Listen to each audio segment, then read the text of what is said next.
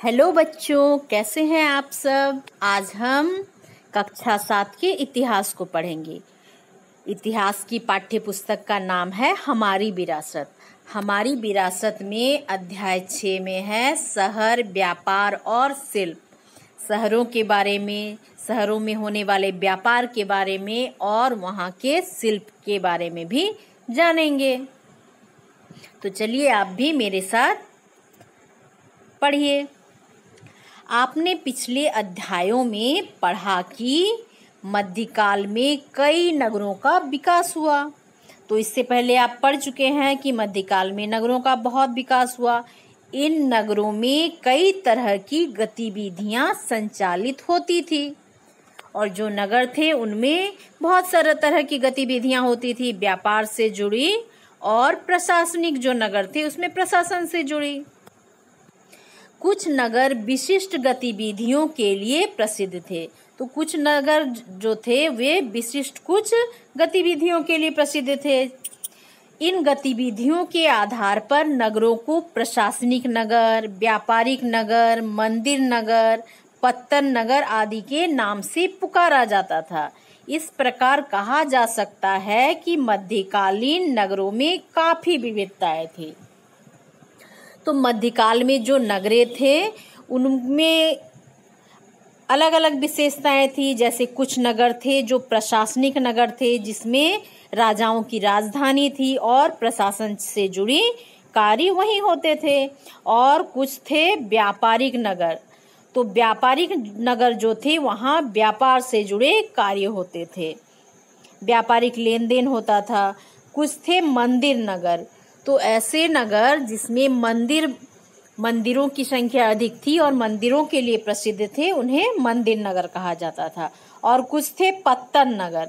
तो पत्तन नगर ऐसे नगर होते थे जहां से समुद्र सामने होता था, बंदरगाह होते थे और वहीं से जो व्यापार, समुद्री व्यापार होता था समुद्र के मार्ग से, तो वहीं से होता था। तो ऐसे नगरों को पत्तन नगर कहा जाता था।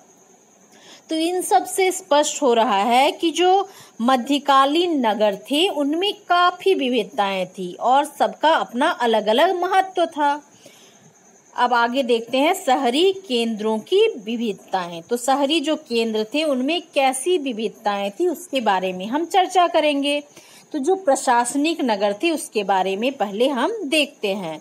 जिस जगह पर राजा ने अपनी राजधानी बनाई वे स्थान बाद में नगर के रूप में विकसित हुए। तो जो राजा होते थे जो अपनी राजधानी जिस स्थान को बनाते थे उस स्थान को प्रशासन के अनुकूल उसे ढाल देते थे, प्रशासन के अनुकूल नगरों का विकास करते थे वैसे जगह, और वहां से ही प्रशासनिक जो गतिविधियां होती थी उस पर नियंत्रण किया जाता था। इस प्रकार के विकसित नगर प्रशासनिक नगर कहे जाते थे। और जो नगर राजधानी के होने के बाद विकसित होते थे नगरों में, तो ऐसे नगरों को प्रशासनिक नगर कहा जाता था। लाहौर, दिल्ली, तंजावुर एवं फतेहपुर सीकरी इत्यादि कुछ महत्वपूर्ण प्रशासनिक नगर के उदाहरण हैं। तो जो इनमें से जो कुछ प्रशासनिक जो नगर हैं उनके उदाहरण दिए हुए हैं, जैसे लाहौर, दिल्ली, तंजावुर, फतेहपुर सीकरी, ये कुछ प्रशासनिक नगरों के उदाहरण हैं जहां राजाओं के द्वारा राजधानी बनाई गई थी। लाहौर 1585 ईस्वी से 1598 ईस्वी तक अकबर की राजधानी रही। तो 1585 से 1558 तक जो लाहौर थी अकबर की राजधानी थी, इसलिए ये एक प्रशासनिक नगर था। इसको अकबर ने अपने अनुसार ढाला था। यह हस्तशिल्प उत्पादन का केंद्र था और जो लाहौर था वो हस्तशिल्प में काफी उन्नत था और वहीं से सारे हस्तशिल्प जो होते थे वहीं से चारों ओर भेजे जाते थे। दिल्ली सल्तनत के शासकों की राजधानी दिल्ली थी और जो दिल्ली के शासक थे, जो राजवंश थे दिल्ली के शासन करने वाले, तो उनकी राजधानी थी दिल्ली।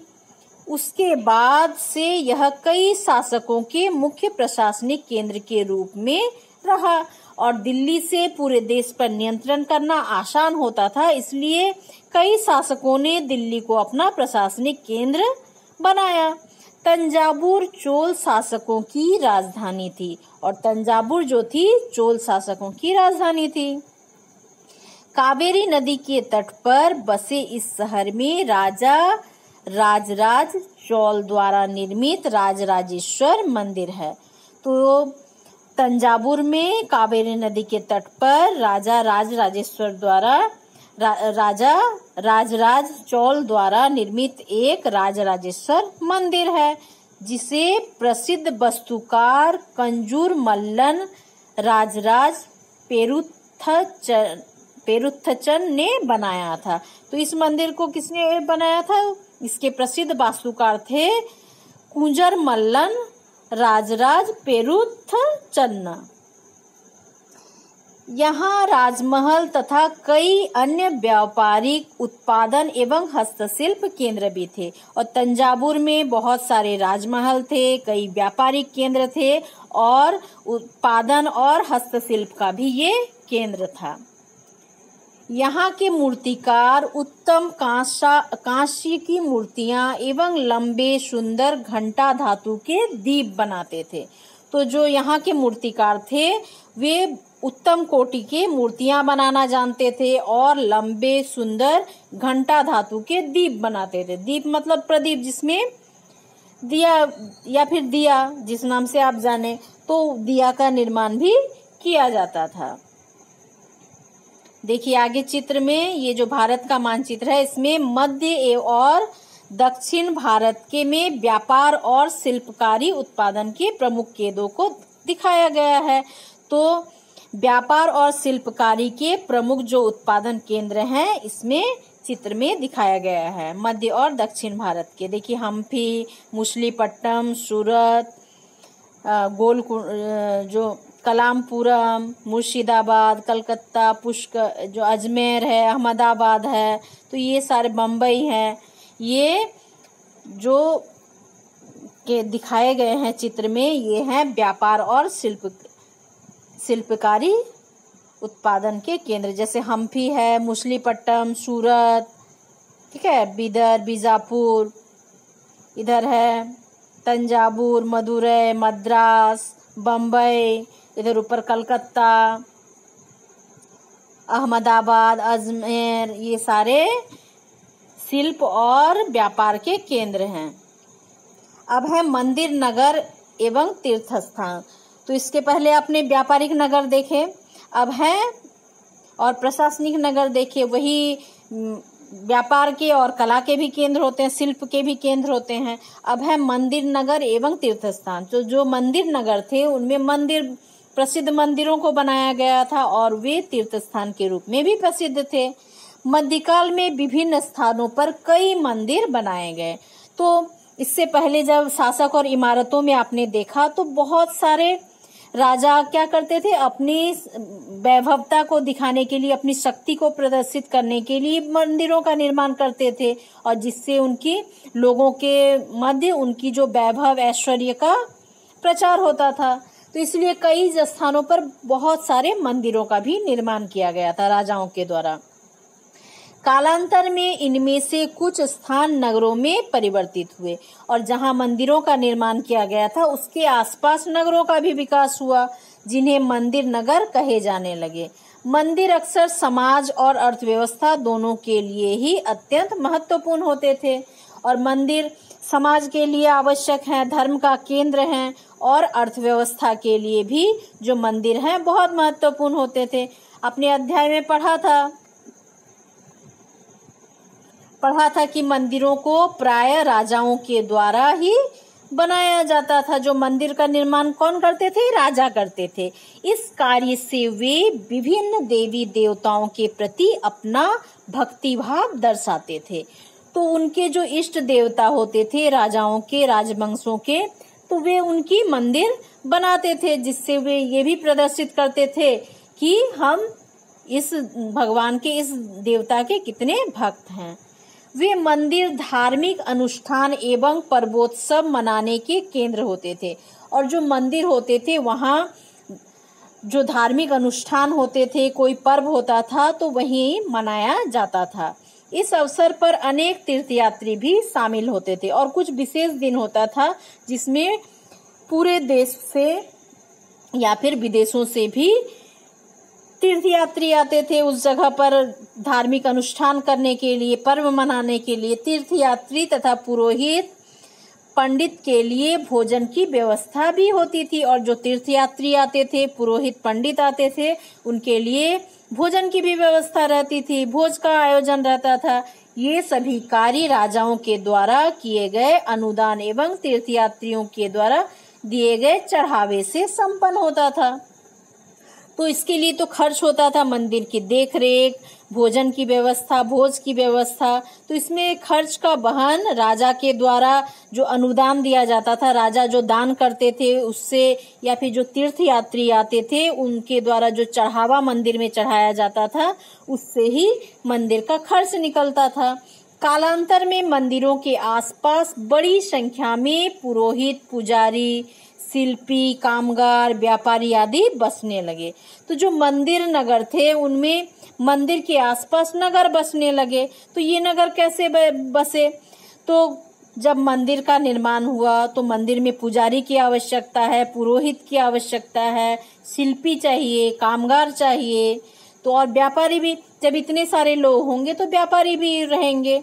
तो इस तरह से इन सभी लोगों को लेकर मंदिर के आसपास नगर का विकास होने लगा। तो आप भी वर्तमान में भी बहुत सारे ऐसे नगरों को देखेंगे जो मंदिरों के आसपास बसते हैं और उनका विकास उसी मंदिर के कारण ही हुआ है। मंदिर में रहने वाले पुजारी, पुरोहित और मंदिर में आने वाले तीर्थयात्री, और उसी से ही व्यापार भी चला।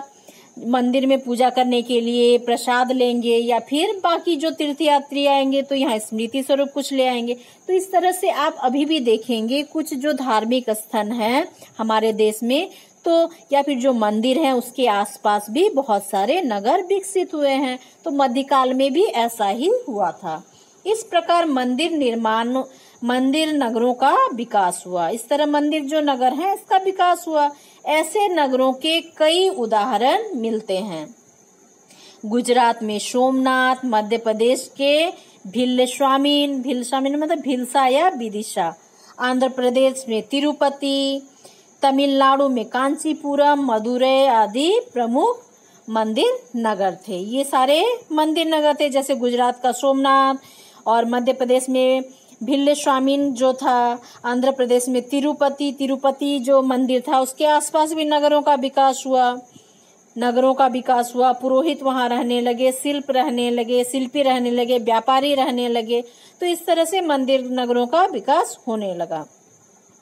तीर्थयात्री भी धीरे धीरे नगरों के रूप में विकसित हुए और जो तीर्थ स्थल थे वे भी धीरे धीरे क्या हुए, नगरों में विकसित होने लगे। जहां लोग बाहर से उस स्थान के दर्शन करने आते थे तो वहां धीरे धीरे नगरों का विकास होने लगा।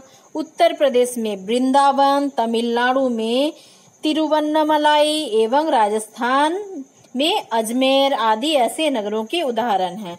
तो कुछ ऐसे धर्म से जुड़े हुए स्थान हैं जहां उनके इष्ट देवों का जन्म माना जाता है या उनका कर्म क्षेत्र माना जाता है। तो वैसे क्षेत्रों में भी लोग तीर्थयात्री आने लगे, वैसे जगहों के दर्शन के लिए आने लगे। तो धीरे धीरे वैसे नगर भी मंदिर नगरों में विकसित होने लगे। अजमेर में सुप्रसिद्ध सूफी संत ख्वाजा मोइनुद्दीन चिश्ती का मजार है। तो अजमेर में क्या है, ख्वाजा मोइनुद्दीन चिश्ती का मजार है। तो वहां पर भी तीर्थयात्री आने लगे, जो ख्वाजा मोइनुद्दीन चिश्ती। तो अजमेर के समीप स्थित पुष्कर में ब्रह्मा जी का मंदिर है। और अजमेर में क्या है, ब्रह्मा जी का मंदिर है पुष्कर में। पुष्कर सरोवर की महत्ता भी विशेष है और इस कारण से ब्रह्मा जी का वहाँ मंदिर है, इसलिए उस सरोवर का जो महत्व है वो और ज्यादा बढ़ जाता है। तो इस तरह से मंदिरों के आसपास नगरों का विकास हुआ और ये मंदिर नगर कहलाए। अब देखिए इस चित्र में दिख रहा है, क्या है, इस चित्र में कृष्ण की नाग राक्षस कालिया को अपने बस में करते हुए दिखाया गया है। यह एक कांस्य मूर्ति है, कांस्य से बनी हुई मूर्ति है। तो इसमें क्या दिखाया गया है, यहाँ शेषनाग है और शेषनाग के ऊपर जो श्री कृष्ण है वो नृत्य कर रहे हैं। और ये श्री कृष्ण के जीवन से जुड़ी घटना है, जिसे आप बहुत सारे बच्चे जानते भी होंगे कि किस तरह से यमुना नदी में विष घोलने से शेषनाग को रोका श्री कृष्ण ने, और श्री कृष्ण उनको अपने बस में कर उनके शीश में नृत्य करने लगे थे, है ना। तो देखिए, तो उस समय क्या था, कौन कौन से धातुओं का प्रयोग होता था, मूर्तिकला शिल्प किस तरह की। तो देखिए, कांसा, तांबा, घंटा धातु और लुप्तलोम तकनीक।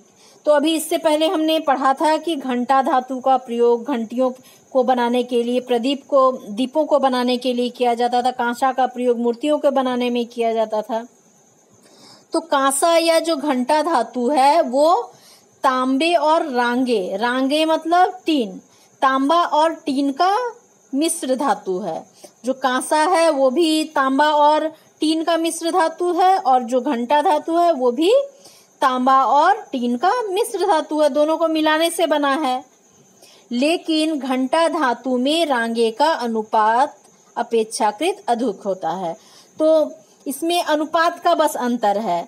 जो घंटा धातु होता है उसमें जो टीन का अनुपात होता है वो तांबे से अधिक होता है, और कांसा में जो टीन का अनुपात होता है वो घंटा धातु से कम होता है। तो इसी अंतर के कारण उसके में जो गुण है उसमें भी परिवर्तन आ जाता है।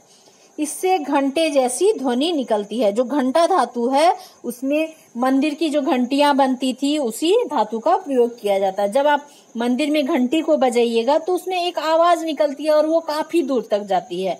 और इसी तांबा और टीन का जो प्रयोग है इसी के कारण इसमें ध्वनि उत्पन्न करने की क्षमता अधिक हो जाती है।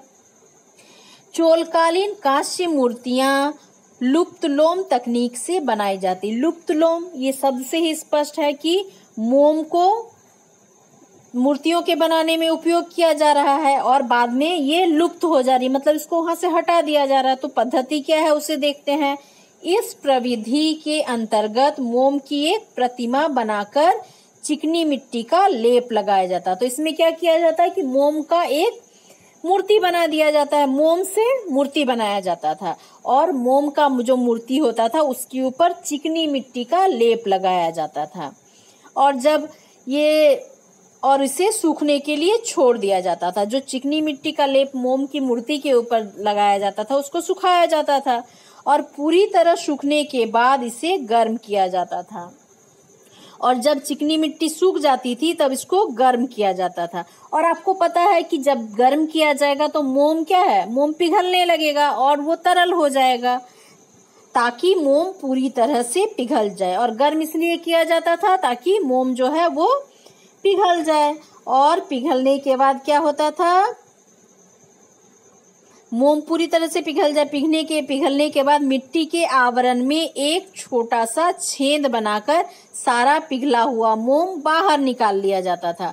और जब सूख जाता था, मोम पिघल जाता था गर्म करने के बाद, फिर क्या किया जाता था, चिकनी मिट्टी का जो सांचा रहता था उसमें नीचे एक छेद कर दिया जाता था। और छेद करने से क्या होता था, जो पिघला हुआ तरल मोम है वो छेद से निकल जाता था बाहर, और वो जो चिकनी मिट्टी का सांचा होता था वो पूरा तरह से खाली हो जाता था। फिर चिकनी मिट्टी के खाली सांचे में पिघली हुई धातु भर दिए जाते थे। उसके बाद जो चिकनी मिट्टी का मूर्ति का सांचा होता था उसमें जो धातु होता था उसको पिघाल दिया जाता था। गर्म करने से धातु तरल हो जाती है। उस तरल धातु को उस जो जिस छेद से मोम को निकाला जाता था उसी छेद में उस धातु के तरल पदार्थ को अंदर डाल दिया जाता है। और जब वह धातु ठंडी होकर ठोस हो जाती है, और जब धातु को गर्म किया जाता तो वो पानी जैसा तरल हो जाता, लेकिन जब उसे फिर से ठंडा किया जाता तो वो जम जाता। और सांचा का जो चिकनी मिट्टी का सांचा था उसके अंदर का भाग क्या था, पूरा खाली था, होलो था। तो उसमें जब धातु को भरा गया, पिघले हुए धातु को, और जब धातु ठंडा हो गया तो उस जो चिकनी मिट्टी का जैसा आकार था वैसा आकार ये ले लिया जो धातु था। उसके बाद क्या किया गया कि जो मिट्टी का आवरण था उसको सावधानी पूर्वक हटा दिया गया। उसके बाद मिट्टी को तोड़ दिया गया, तोड़कर वहां से हटा दिया गया और अंदर क्या बन गया, जो सांचा बन गया वो उस धातु का मूर्ति बन गया। और मिट्टी को तो तोड़ के हटा दिया जा सकता है, जैसे मिट्टी का जो बर्तन होता है टूट जाता है ना, तो इसी तरह से चिकनी मिट्टी का जो सांचा होता है उसको तोड़कर सावधानी से उसके अंदर का जो मूर्ति था उसे निकाल लिया जाता है और इस प्रकार निकली मूर्ति को चमकाया जाता है। उसके बाद उसको पॉलिश किया जाता है। तो उसी तरह से निर्मित ये एक मूर्ति है, ठीक है, जो श्री कृष्ण के कालिया नाग का रूप को दिखाया जा रहा है। कालिया नाग के ऊपर श्री कृष्ण नृत्य कर रहे हैं। तो उस समय मूर्ति बनाने के लिए इन पद्धतियों का प्रयोग किया जाता था।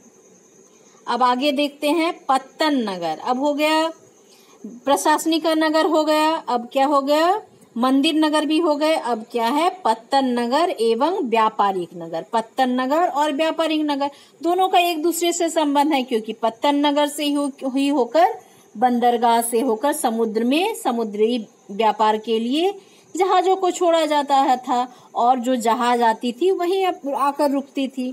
तो इसके कारण पत्तन नगर में ही व्यापारिक नगर थे। प्राचीन काल से ही भारतीय, विशेषकर दक्षिण भारतीय व्यापारी अंतर्राष्ट्रीय व्यापार में हिस्सा लेते थे और जो दक्षिण भारतीय व्यापारी थे वे अंतर्राष्ट्रीय जो व्यापार होता था उसमें हिस्सा लेते थे। और प्राचीन काल में जो अंतर्राष्ट्रीय व्यापार होता था वो समुद्र के मार्ग से होता था। मध्यकाल में भी यह सिलसिला जारी रहा और मध्यकाल तक भी यही सिलसिला होता था। जो पत्तन होते थे, बंदरगाह होते थे, वहां से होकर समुद्री जहाज, माल से भरे हुए जहाज दूसरे देशों तक जाते थे और दूसरे देशों से माल को जहाजों में भरकर फिर वापस लाया जाता था। तो इस तरह से दक्षिण भारतीय जो व्यापारी थे वे अंतर्राष्ट्रीय व्यापार करते थे। इसमें प्राय समुद्र के रास्ते व्यापार हो रहा था, जिसमें मछलीपट्टनम एवं सूरत जैसे बंदरगाहों की महत्वपूर्ण भूमिका थी। तो इसमें कुछ महत्वपूर्ण बंदरगाह थे, जैसे मछलीपट्टनम, सूरत, ये महत्वपूर्ण बंदरगाह थे जहां से होकर अंतर्राष्ट्रीय व्यापार होता था। तो बंदरगाह क्या है, जहां पर समुद्र का वो किनारा है बंदरगाह जहां समुद्री जहाज आकर रुकती है या फिर वहीं से समुद्री जहाज अपनी यात्रा शुरू करती है। तो ऐसे जगह को बंदरगाह कहते हैं। कालांतर में ये नगर के रूप में विकसित हुए और ऐसे जगहों में व्यापार की दृष्टि से अच्छे होते थे, तो वैसे जगह में व्यापारी रहने लगे। इसी तरह से व्यापारी जब रहेंगे तो बाकी लोग भी धीरे धीरे वहां बसने लगेंगे और धीरे धीरे ऐसे जगहों पर व्यापारिक नगरों का विकास होने लगा। इन्हें पत्तन नगर कहा जाने लगा और ऐसे नगरों को पत्तन नगर कहा जाने लगा।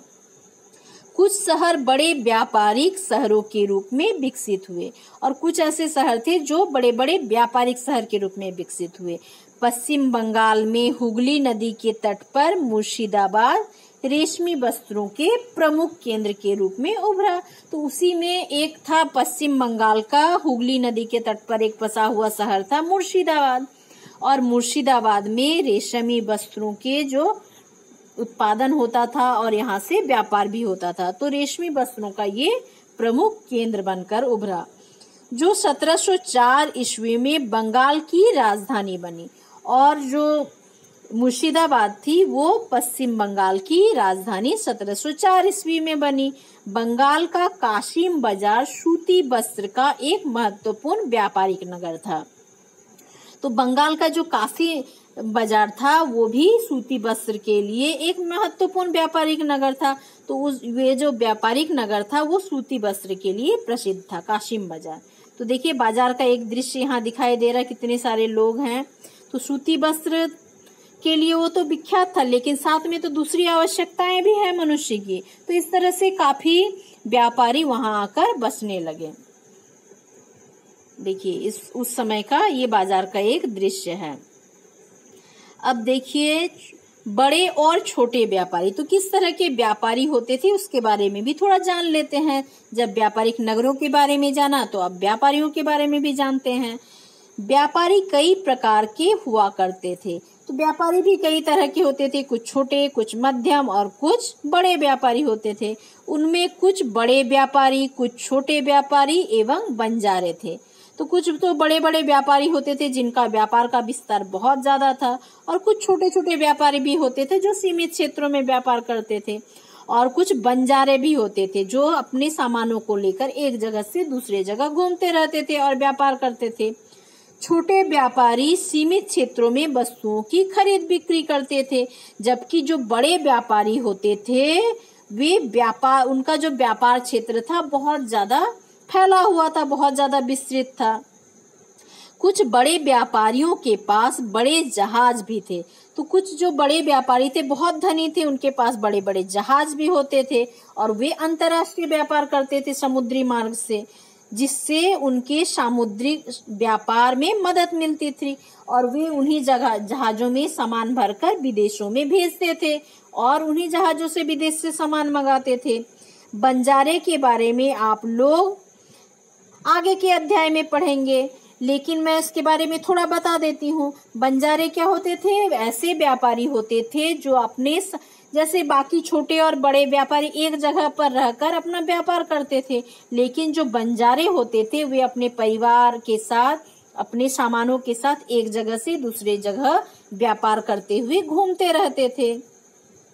कुछ व्यापारी अपने हितों की सुरक्षा के लिए संघ बनाते थे और व्यापार में जो नुकसान मुनाफा जो भी हो तो इसमें सुविधा के लिए अपना एक संगठन बनाते थे।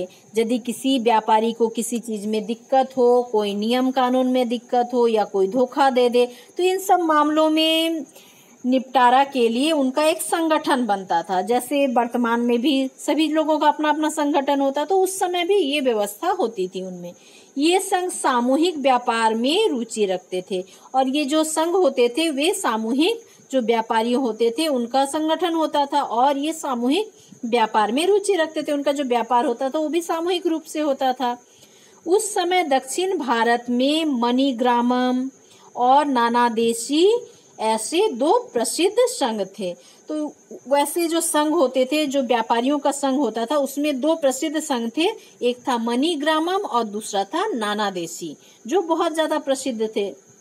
देखिए यहाँ चित्र में दिख रहा है ना, एक पान लगाता एक व्यापारी है, छोटा सा व्यापारी है जो पान बना रहा है। यहाँ पान के पत्ते हैं, चूना है और बाकी मसाले रखे हुए हैं और वो बैठकर पान बना रहा है और इस टेबल में पान को सजा रहा है। तो इस तरह के छोटे छोटे व्यापारी भी होते थे। अब आगे देखते हैं, जो मणिग्रामम नानादेशी प्रसिद्ध संघ थे, व्यापारिक संघ थे। ये व्यापार जो संघ होते थे प्रायद्वीप के भीतर दक्षिण पूर्वी एशिया तथा चीन आदि के साथ दूर दूर तक व्यापार करते थे। और ये संगठन क्या करते थे? दूर दूर तक व्यापार करते थे, अंतर्राष्ट्रीय व्यापार भी करते थे और देश के भीतर भी व्यापार करते थे और देश के बाहर दूसरे देशों में भी करते थे। पूर्वी एशिया में जैसे चीन के साथ उनका व्यापार चलता था। और ये क्या करते थे? ग्रुप में करते थे। जो व्यापार होता था समुदाय में करते थे। इसके अलावे मारवाड़ी, ओसवाल, चेट्टियार जैसे व्यापारी समुदाय भी थे। तो कुछ ऐसे समुदाय थे जिनका कार्य ही था व्यापार करना, उनका पेशा था व्यापार करना। तो उनमें थे मारवाड़ी, ओसवाल और चेट्टियार, जो वर्तमान में भी व्यवसायी हैं। गुजराती व्यापारियों में हिंदू, बनिया और मुस्लिम बोहरा दोनों समुदाय शामिल थे। तो गुजरात व्यापार के लिए प्रसिद्ध था। तो उनमें कुछ हिंदू व्यापारी भी थे जिनको बनिया कहा जाता, और मुस्लिम जो व्यापारी थे उनको बोहरा कहा जाता था। दोनों समुदाय शामिल था जो गुजराती व्यापारी थे। उनका व्यापार लाल सागर के बंदरगाहों व फारस की खाड़ी, पूर्वी अफ्रीका, दक्षिण पूर्वी एशिया तथा चीन तक फैला था। और जो ये व्यापारी थे, गुजरात के व्यापारी थे, उनका व्यापार लाल सागर के जो बंदरगाह थे, फारस की जो खाड़ी थी, पूर्वी अफ्रीका में भी उनका व्यापार होता था, दक्षिण पूर्वी एशिया में भी होता था और चीन तक उनका जो व्यापार था ये होता था। तो उनका व्यापार काफी फैला हुआ था, अंतर्राष्ट्रीय व्यापार था उनका। वे अफ्रीका से सोना और हाथी दांत मंगवाते थे और अफ्रीका में सोना अच्छे क्वालिटी का सोना मिलता था। हाथी दांत, वहाँ बहुत सारे खदान हैं अफ्रीका में, सोने की खाने हैं, इसलिए वहाँ अच्छे मूल्यों पर सोना मिल जाता था। और अफ्रीका में बहुत जंगल है, तो इसलिए हाथी दांत भी वहां मिल जाता था। तो ये व्यापारी हाथी दांत और सोना अफ्रीका से मंगाते थे। दक्षिण पूर्व एशिया और चीन से मसाले, टीन, मिट्टी के नीले बर्तन और चांदी खरीदते थे। ठीक है, तो चीन से पूर्वी जो एशिया है, दक्षिण पूर्वी एशिया है, वहां से वे बर्तन और चांदी के चीजें खरीदते थे। बदले में वे इन क्षेत्रों में कपड़े और मसाले बेचते थे। तो वे अपने जहाजों में सामान भर कर ले जाते थे जो यहाँ मिलता था, और जाकर वहां सामानों को बेचते थे, और वहां जो सामान मिलते थे उसे खरीदकर अपने जहाजों में भरकर वापस ले आ जाते थे। तो बाहर से जैसे सोना, हाथी दांत, मसाला, टीन, मिट्टी के बर्तन, नीली मिट्टी के बर्तन, चांदी, ये सब खरीद के लाते थे, और अपने देश से कपड़ा, मसाला ये सब लेकर वहां बेचते थे। हमारे देश में सूत का उत्पादन बहुत अच्छा होता था, कपास का उत्पादन होता था, जिससे सूती कपड़े अच्छे क्वालिटी के बनते थे। मसाला, दक्षिण भारत में मसाला का उत्पादन होता था, इसलिए ये व्यापारी यहाँ से मसाले, कपड़े लेकर दूसरे देशों में बेचते थे। देखिए यहाँ काबुल के बारे में दिया गया। काबुल अपने पहाड़ी और विषम भूदृश्य के साथ 16वीं शताब्दी से राजनीतिक और वाणिज्यिक दृष्टि से महत्वपूर्ण बना। तो जो काबुल है वो वाणिज्यिक दृष्टि से 16वीं सदी में काफी महत्वपूर्ण था। उसका जो भूदृश्य था, चारों ओर पहाड़ियों से घिरा हुआ था जो काबुल था। काबुल और कंधार सुप्रसिद्ध रेशम मार्ग से जुड़े हुए थे। तो जो रेशम मार्ग था, जो रेशम लाया जाता था, वो उसी काबुल के मार्ग से लाए जाते थे। साथ ही घोड़े का व्यापार भी मुख्य रूप से इसी मार्ग से होता था, और काबुल के मार्ग से ही रेशम का आयात किया जाता था। साथ ही घोड़ों का भी आयात इसी मार्ग से किया जाता था। काबुल से मेवे, खजूर, ताजे फल, गलीचे और रेशमी कपड़े ऊंटों पर लाद कर लाए जाते थे। तो जो काबुल था वहां पे मेवे भी बहुत उत्पादन किए जाते थे। वो क्या है, गर्म जगह है, रेगिस्तानी जगह है, तो वहां से ऊंट में ये सारे चीज लाद कर लाया जाता था। गलीचे वहां के प्रसिद्ध हैं।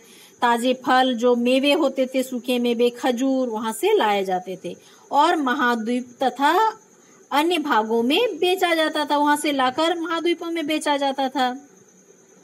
17वीं शताब्दी में हीरों के एक सौदागर जो बैप्टिस्टे टर्वनियर ने अनुमान लगाया था कि काबुल में घोड़े की एक भारी भरकम रकम समझी जाती थी, और जो घोड़े थे उनको काफी कीमती, अनमोल समझा जाता था काबुल में, क्योंकि उसकी जो मांग थी बाकी देशों में बहुत ज्यादा थी। और उसी काबुल के रास्ते ही रेशम आता था हमारे देश में, और घोड़ा को भी उसी रास्ते लाया जाता था। अब देखिए आगे है नगरों में शिल्प। नगरों में किस तरह से शिल्पों का विकास हुआ उसके बारे में देखते हैं। बिदर वर्तमान कर्नाटक राज्य का एक शहर है। बिदर क्या है, वर्तमान में जो कर्नाटक शहर है उसका एक शहर है, कर्नाटक राज्य का एक शहर है। मध्यकाल में यह शिल्पकारिता के लिए प्रसिद्ध था, और मध्यकाल में यहाँ पर बहुत ज्यादा शिल्पी थे, और इसलिए शिल्पकार यहाँ पर प्रसिद्ध था। यहाँ के शिल्पकार तांबे और चांदी में जड़ाई के काम में काफी कुशल थे, और यहाँ के जो शिल्पी थे वे काफी कुशल थे। वे तांबा और चांदी में जड़ाई का काम भी करते थे। इन्हीं के नाम पर इस शिल्प का नाम ही बिदरी पड़ गया, और जो इनकी शिल्प कला थी तांबे और चांदी में जड़ाई करने की, वो इन्हीं के नाम पर बिदरी शिल्प पड़ गया। ठीक है, शिल्प, क्योंकि उन्होंने ही इसको और ज्यादा उन्नत बनाया, इसीलिए उनके नाम से ही ये शिल्प प्रसिद्ध हुआ। देखिए यहाँ चित्र में दिख रहा है ना, ये शिल्पों के शिल्पकारों के द्वारा बनाए गए थे। शॉल का जो बॉर्डर है कितना सुंदर है ना, कितनी सुंदरता से बनाया गया। और ये देखिए लकड़ी पर नक्काशी करता एक कारीगर। तो उस समय भी कला जो थी काफी उन्नत थी, शिल्प जो थे काफी उच्च कोटि की चीजों को बनाते थे, काफी बारीक काम किया जाता था, कितनी सुंदरता से किया जा गया है ना। देखिए पंचाल अर्थात विश्वकर्मा समुदाय में सुनार, कसेरे, लोहा, राजमिस्त्री और बढ़ई शामिल थे। तो जो विश्वकर्मा समुदाय था, पंचाल समुदाय था, आज भी वे जो समुदाय हैं विश्वकर्मा समुदाय, वे सोना बनाने का काम, लोहा से कुछ यंत्र बनाने का काम, राजमिस्त्री का काम, बढ़ई का काम करते हैं जो विश्वकर्मा समुदाय के लोग हैं। तो उस समय भी मध्यकाल में भी उनके द्वारा ये सारे काम किए जाते थे। कुछ लोहार थे, राजमिस्त्री थे, बढ़ई थे, सोनार थे, और कांसा के जो वस्तु बनाते थे उसे कांसेर कहते थे, कांसेरे कहते थे। मंदिरों, राजमहलों, बड़े बड़े भवनों, तालाबों और जलाशयों के निर्माण में इनकी भूमिका महत्वपूर्ण थे। और जो विश्वकर्मा समुदाय के लोग थे, इनका भूमिका सारे जितने निर्माण कार्य होते थे इनके द्वारा ही होते थे, जैसे मंदिर बनाना, राजमहलों को बनाना या बड़े बड़े भवनों को बनाना, किलों को बनाना, तालाब का जलाशय को बनाना। तो ये सारे काम यही समुदाय के द्वारा किया जाता था। इसी प्रकार कैक्कोलार बुनकर समुदाय था। एक कैक्कोलार समुदाय था जो बुनकर था, वे लोग बुनाई का काम करते थे, जो वस्त्र निर्माण का कार्य करते थे। मध्यकाल में ये समुदाय काफी समृद्ध था। उस समय अच्छे किस्म के ऊन मिलते थे, रेशम मिलते थे, सूत मिलते थे, तो उससे बुनाई का काम ये समुदाय करता था।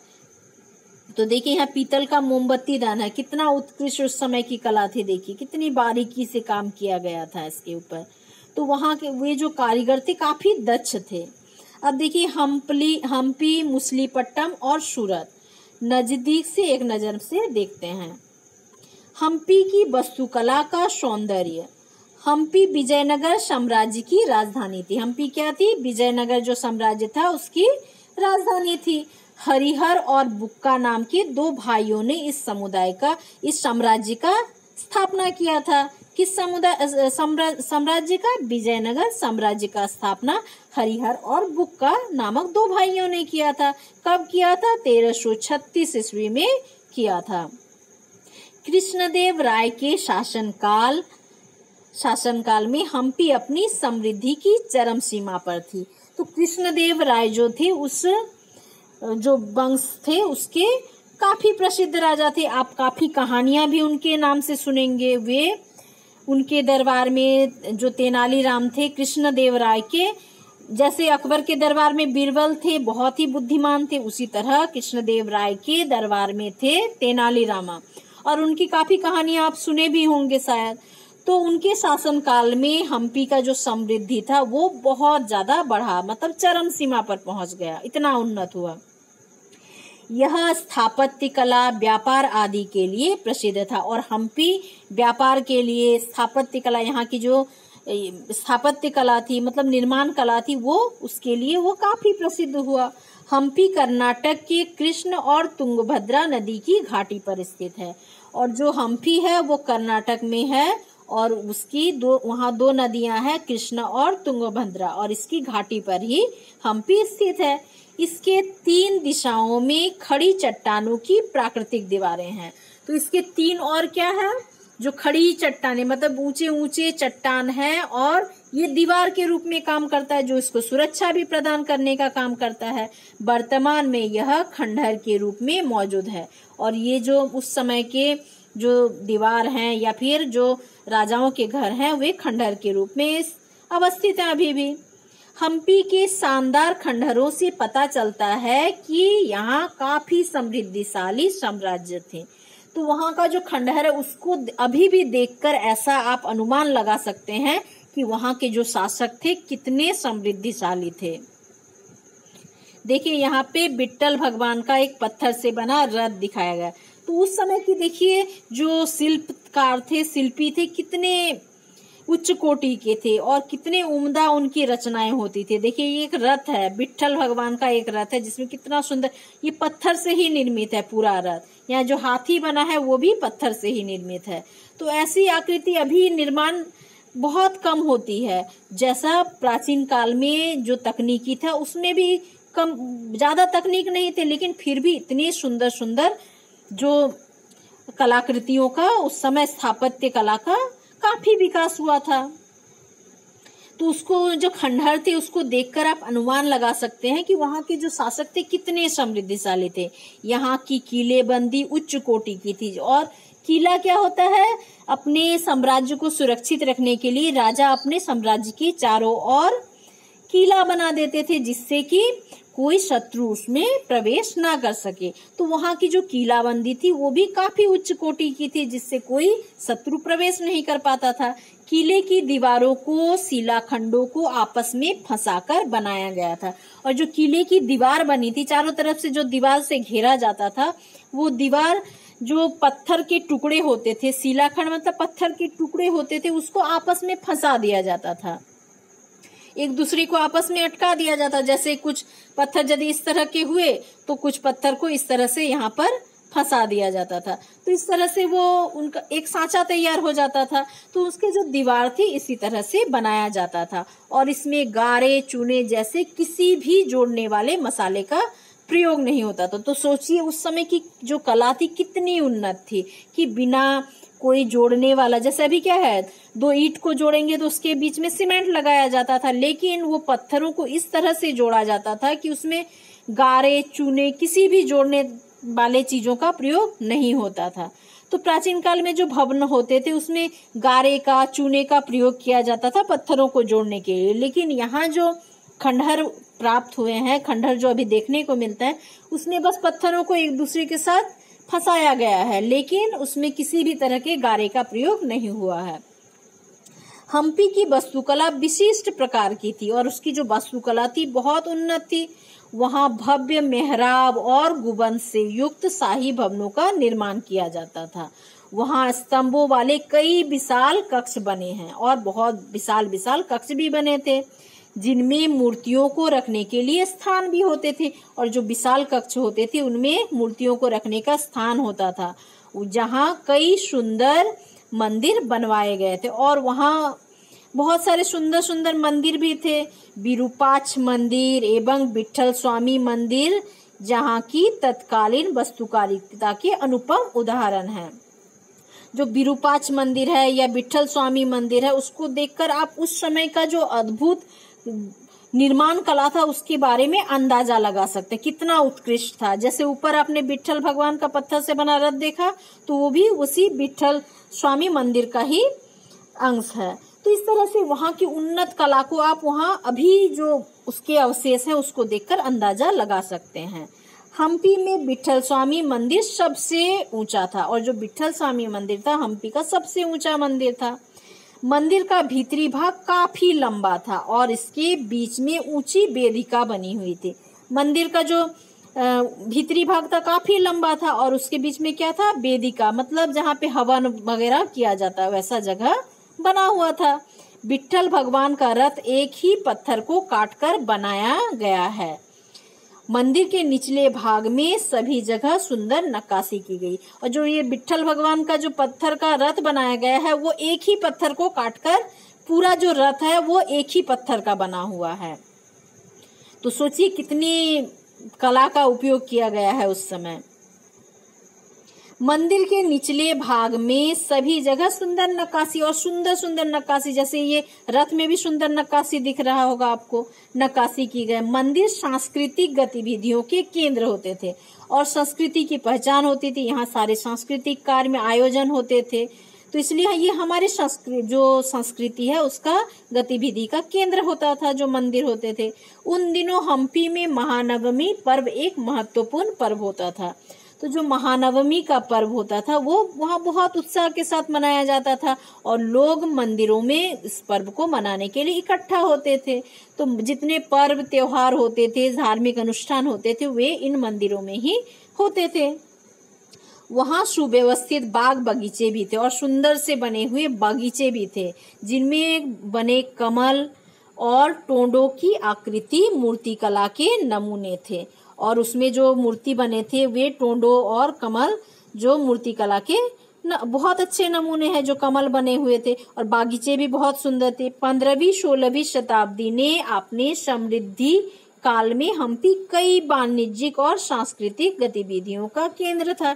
तो 15वीं 16वीं शताब्दी में जो हम्पी था वो काफी समृद्धशाली और वाणिज्यिक सांस्कृतिक गतिविधि का केंद्र हुआ करता था। 1565 ईस्वी में दक्कनी सुल्तानों गोलकुंडा, बीजापुर, अहमदनगर, बरार और बिदर के शासकों के हाथों विजयनगर की पराजय के बाद हम्पी का अस्तित्व समाप्त हो गया। लेकिन इतनी सभ्यता, इतनी समृद्ध संस्कृति थी और इतना वाणिज्यिक सांस्कृतिक गतिविधियों का केंद्र होने के बाद जब बाहरी आक्रमण हुए इसमें, जैसे दक्कन के सुल्तान गोलकुंडा, बीजापुर, अहमदाबाद, बरार के बिदरों के शासकों के द्वारा विजयनगर के साथ युद्ध हुए, कई सारे युद्ध हुए और उसमें विजयनगर की पराजय हुई और उसके बाद जो हम्पी का अस्तित्व था वो समाप्त हो गया। और ये कब हुआ? 1565 ईस्वी में। तो इस तरह से इसको इतने तक आपने समझा, इसे और एक बार रिपीट करके देखेंगे तो आपका और अच्छे से क्लियर हो जाएगा।